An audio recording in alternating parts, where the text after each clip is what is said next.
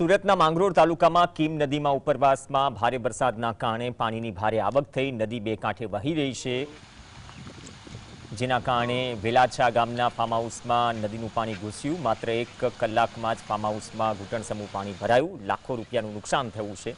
દર વર્ષે ચોમાસામાં આવી સ્થિતિ સર્જાતા ફાર્મ હાઉસ અને જે સ્થાનિકો છે નોંધપાત્ર આર્થિક નુકસાની વેઠી રહ્યા છે।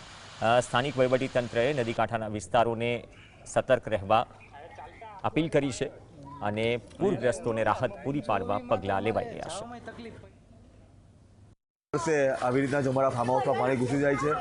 ગત વર્ષે ઓછામાં ઓછું 6 ફૂટ જેટલું પાણી ઘૂસી ગયું હતું અને આ જ વર્ષે પણ સેમ સમય છે અને અત્યારે પાણીનો પ્રવાહ વધી રહ્યો છે।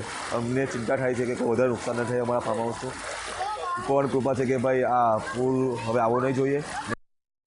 પાણી ખેતરો દ્વારા ફાર્મ હાઉસ વેલાછા ગામમાં ગ્રીન વિલા 2 ફાર્મ હાઉસમાં પ્રવેશી રહ્યું છે। અત્યારે ઘૂંટણસમાં પાણી પ્રવેશ કરી ચૂક્યું છે। ગત સમયમાં જોતા ગ્રીન વિલા 2ની ભયજનક સપાટીની સંભાવના રહી છે।